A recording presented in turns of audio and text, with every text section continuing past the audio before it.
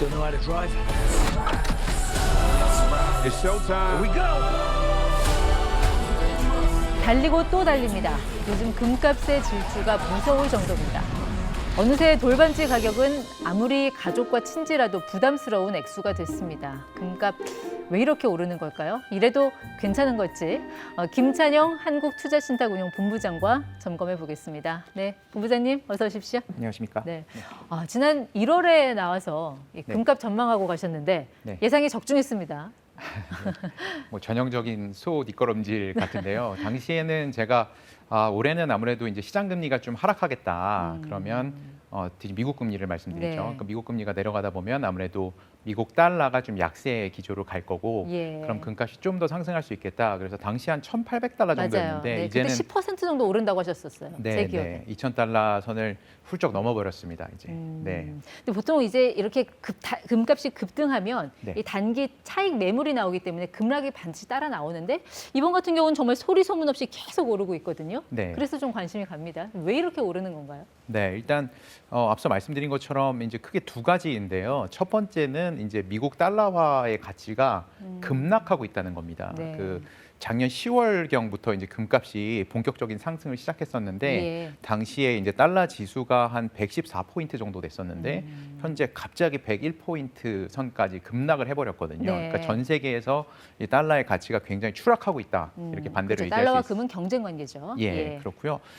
두 가지 중에 두 번째는 이제 아무래도 금도 물건이다 보니까 사는 사람이 많아졌다는 겁니다. 그러니까 그 매입 주체가 중요할 것 같은데 누가 그렇게 사고 있는 겁니까? 네, 보통 이제 금의 이제 수요처는 가장 그 큰 비중을 차지하는 건 귀금속 수요인데 최근에 이제 금 가격을 상승시키는 가장 큰 네. 원동력은 각국의 있는 중앙은행들의 어. 금 매입이 가장 도드라진다고 볼 수 있겠습니다. 모든 나라가 다 사진 않을 거고 어느 나라 중앙은행이 좀 많이 샀어요? 네, 아무래도 지금 화면에 보시는 것처럼 이제 각국들이 이제 상당한 양들의 금들을 보유하고 있는데요. 지금 3위, 4위로 표시되어 있는 러시아나 중국, 이렇게 미국과 지금 척이진 나라들이죠. 이렇게 네. 사이가 안 좋은 국가들이 적극적으로 이제 미국 달러나 미국 국채들을 이제 팔아서 다시 금으로 좀 바꾸고 있는 상황입니다. 그래서 이런 수요들이 굉장히 이제 그 도드라지면서 금 가격 상승을 이끌었다고 볼 수 있겠습니다. 사실 러시아 같은 경우는 외환 보유고가 뭐 2천억 달러도 넘었었는데 달러로 네. 이 러시아 우크라이나 전쟁 나면서 미국이 자금 동결했잖아요. 예, 사실 맞습니다. 말이 좋아서 동결이지 뺏긴 네. 거잖아요. 그런 네. 공포감이 있다라는 거군요. 예, 당연히 그 공포감 때문에 지금도 적극적으로 이제 달러를 매도하고 네. 이제 금을 적극적으로 매수하고 있다 이렇게 말씀드릴 요즘 수 미국하고 있을 것 같습니다. 불편한 사우디 이런 중동 나라들은 좀 어떻습니까? 그렇죠. 미국하고 지금 러시아, 중국뿐만이 아니죠. 사우디도 이제 에너지 패권 관련해서 지금 미국과 굉장히 사이가 안 좋은데요. 네. 그래서 사우디도 굉장히 적극적으로 러시아와 중국과 같이 금을 매입하고 있는 상황입니다. 그러니까 안 그래도 지금 달러 패권에 대해서 좀 의심하는 그런 눈초리가 많은 상황에서 이렇게 네. 금 쏠림 현상이 네. 어떤 달러 패권을 흔들 그런 네. 여지가 좀 더해졌다 이렇게 우리가 좀 봐야 될까요? 네, 일견 그렇게 생각해 볼 수 있을 것 같습니다. 달러 패권이 앞서 말씀드린 대로 작년 말부터 이제 금리가 빠르게 내려오고 또 이제 미국 달러 가치가 떨어져 가면서 이제 각국 중앙은행들이 꼭 네. 비단 중국, 러시아뿐만 아니라 뭐 프랑스, 이탈리아 모든 국가들이 전반적으로 이제 달러를 조금씩 줄여가는 추세거든요. 그러니까 패권에도 네. 약간 흔들림이 있다 이렇게 말씀드릴 수 있을 것 우리나라 같습니다. 중앙은행은 어떻게 하고 있습니까? 금 사고 있나요?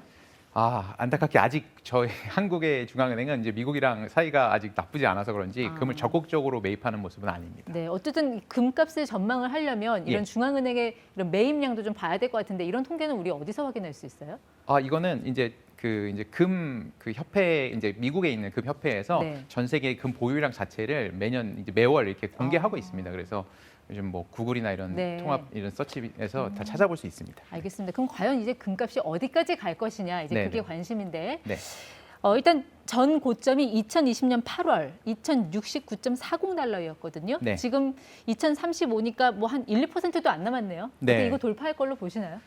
네, 이게 뭐 예측이 의미가 없죠. 지금 이제 뭐 전고점 이제 사상 최고치가 말씀하신 대로 2020년이었는데 거기까지는 한 1, 2% 정도만 더 상승하면 네. 이제 돌파를 하는 상황이기 때문에 뭐 수일 내로 돌파가 가능할 거라고 그래요? 보여지고요. 네, 지금 앞서 말씀드린 대로 이제 네. 그 금 가격을 상승시키는 달러와 같이 하락이나 그래요.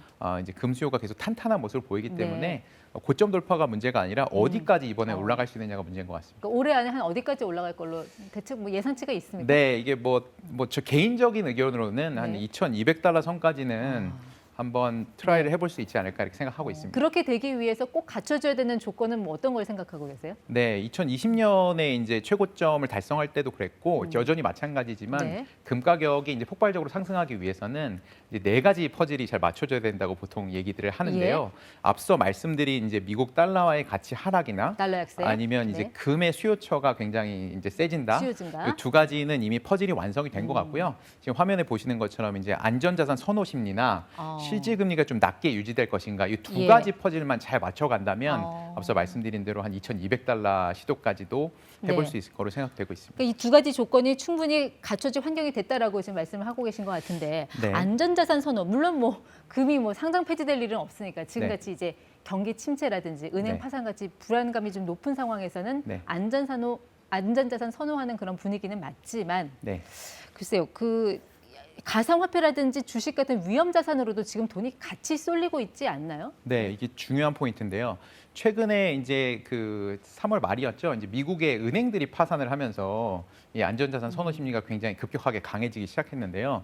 보통 이렇게 이제 경기 침체로 가는 우려 속에서 이제 안전자산 선호가 되면 네. 보통 위험 자산이라고 하는 뭐 미국의 기술주나 혹은 가상화폐 말씀하신 이런 것들은 보통 이제 자금들이 빠져나가면서 이제 하락을 해야 되는데 현재 상황은 안전자산뿐만 아니라 위험 자산들도 가격이 가고 오르고 있어요? 있는 상황입니다. 그래서 이 안전자산 선호가 계속 이어질지는 사실 네. 의구심을 갖는 전문가들이 많이 있습니다. 그래서 예. 의견이 좀 분분하다 이렇게 말씀드릴 수 있을 것 같습니다. 이 안전자산 선호 심리하고 위험자산 선호 심리가 원래는 이렇게 반대로 가는 거 아닌가요? 이렇게 같이 맞습니다. 갈 때도 있습니까? 일반적으로는 반대로 가야지 맞는데 최근처럼 이제 현금의 가치가 워낙 빠르게 떨어질 때는 네. 안전자산과 위험자산이 동시에 이제 예. 가격이 상승하는 흐름을 보일 때도 있습니다. 알겠습니다. 그리고 네. 조금 전에 두 번째 조건이 네. 실질 금리가 이제 하락하면 예. 금값이 이제 올라갈 수 있다. 근데 네. 실질 금리 하락이랑 금값이랑 어떤 상관관계가 있는 거예요? 네, 이제 실질 금리가 낮게 유지돼야지 이제 금값이 오르기 좋은 환경이 조성됐다 이렇게 말하는데요. 네. 실질 금리는 일반적인 이제 은행에서 받을 수 있는 예금 금리에다가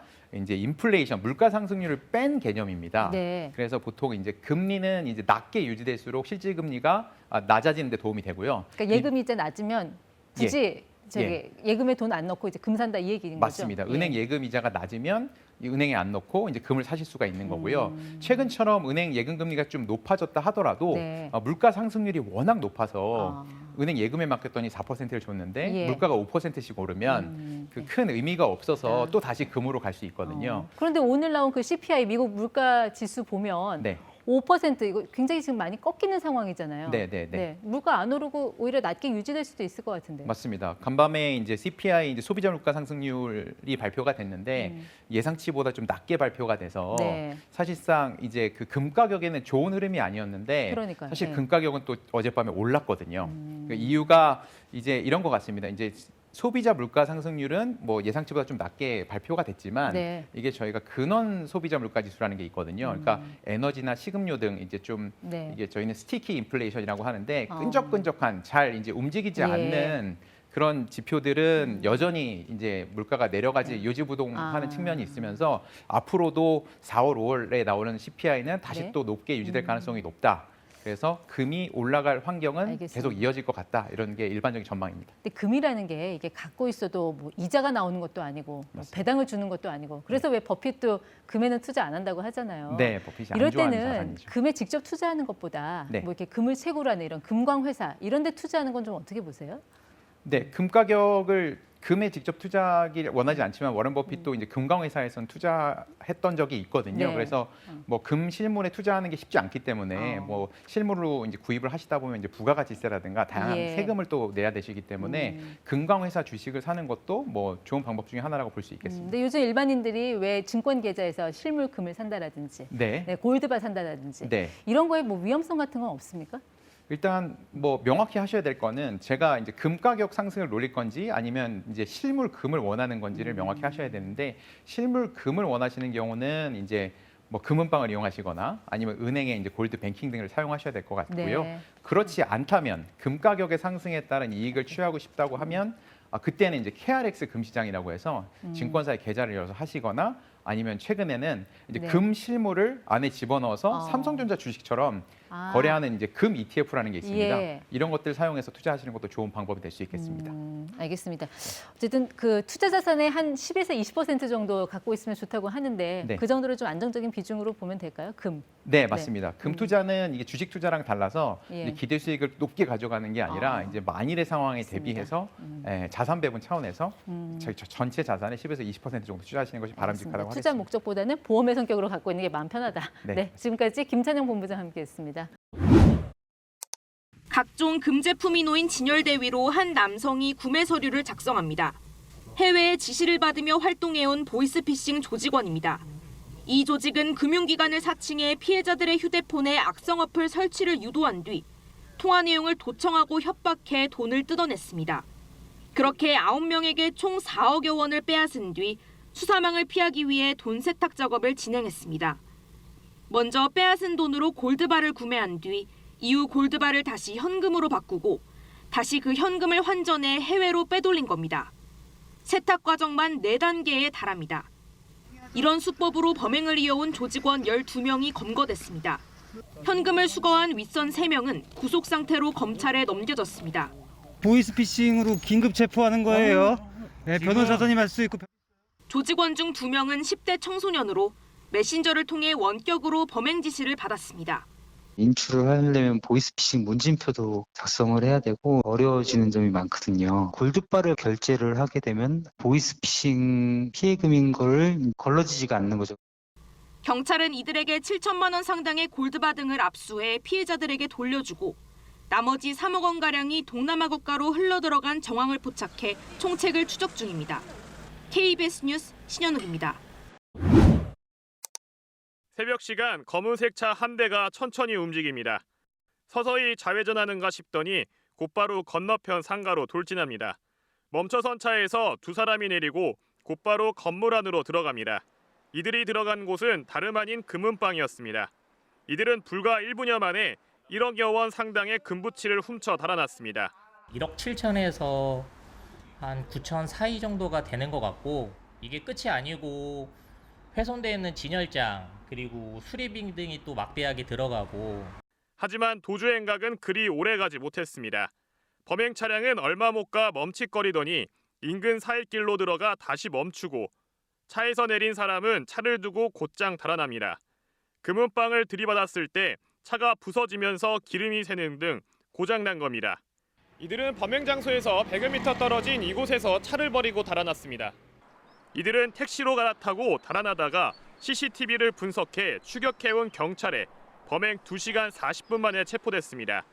경찰 조사 결과 2사람은 충북 충주에서 온 21살 동갑내기 남성들로 범행에 사용된 차량은 한 남성의 어머니 명의인 것으로 확인됐습니다. 이들은 달아나면서 훔친 금부치를 숨겨놨지만 정확한 장소를 기억하지 못해 경찰이 이를 회수하는 데 애를 먹고 있습니다. 어느 정도 회수는 했는데 피해자와 확인을 해야지만 뭐 전부 수거라 할 수 있겠지만 아직 정확한 그 피해품 수거된 상태는. 경찰은 이들을 상대로 정확한 범행 동기와 공범, 여죄 여부 등을 조사하고 있습니다. KBS 뉴스 정상빈입니다.